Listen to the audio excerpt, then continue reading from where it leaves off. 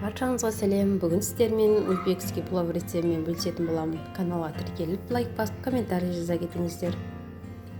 Пловымыз өте дәмді, әдемі шықты. Видеоны соңына дейін көріңіздер. Менде пловым өте дәмді болғандықтан, көп болса да осындай кішкене ғана қалды. Сіздер де жасап көріңіздер. Рецепт ұнаса, комментарий жаза кетіңіздер. Ноқатты жылы суға жібітіп аламыз. Суымыз қатты ыстық болмау керек, жылы болу керек. Суды ноқатты бір жуып, жылы суды құйып қоямыз. Негізі ноқатты бір күн бойы жібітіп қойсаңыз, тағамда жұмсақ, жақсы піседі. Ертерек жібітпесеңіздер, тастай шикі сияқты болып көрінеді. Ең алдымен жуамыз, мисамызды ашып, бұрап қоямыз. Қазанымызды қыздырып, май құямыз. Майды қыздырамыз. Жуамыз, саламыз, қуырамыз.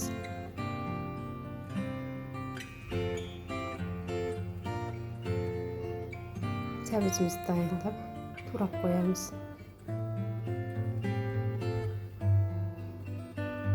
Жуамыз қуырылған соң, етімізді жуып, жуамен бірге қуырамыз.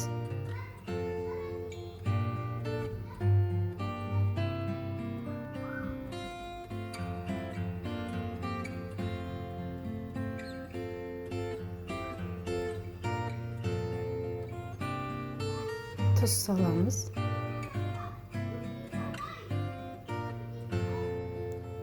Етпен жуаны қуырамыз. Қатты қуырмаймыз. Қатты қуырсақ, етіміз қатты болып қалады. Және де қатты қуырсақ, күрішке дәмі сіңбей қалады. Су құямыз, қайнап тұрған ыстық су құямыз. Етті қайнатып қоямыз. Сәбізімізді турап дайындап қоямыз. Қайнаған соң тұзын көреміз. Күрішімізді дайындап қоямыз. Мейізімізді жуып дайындап қоямыз.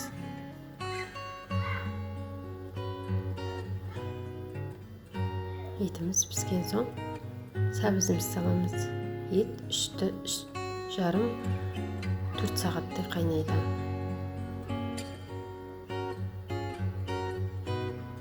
Сәбізді бетіне салып, сәл қуырамыз.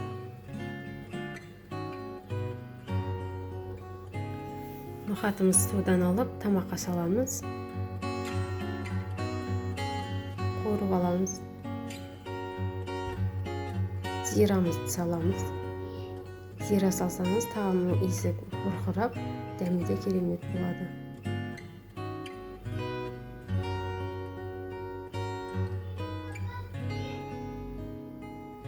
Кішкене ғана соя қешіреміз.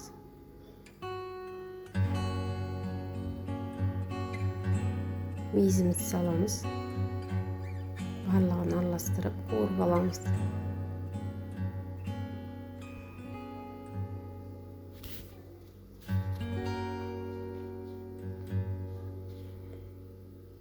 Қайнаған ыстық су құямыз.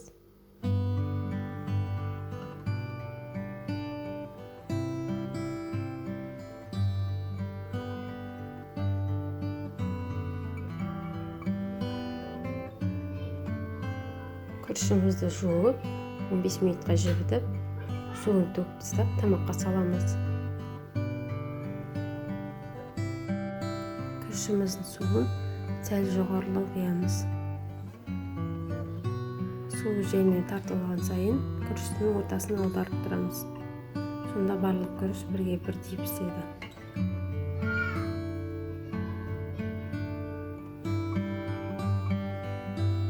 Күріштің ортасын қасықпен тесіп қоямыз. Сонда бет жағына да буы барып жақсы піседі. Сарымсақ салсаңыздар болады.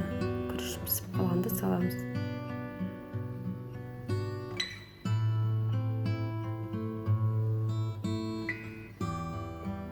Пловымыз дайын. Астарыңыз дәмді болсын.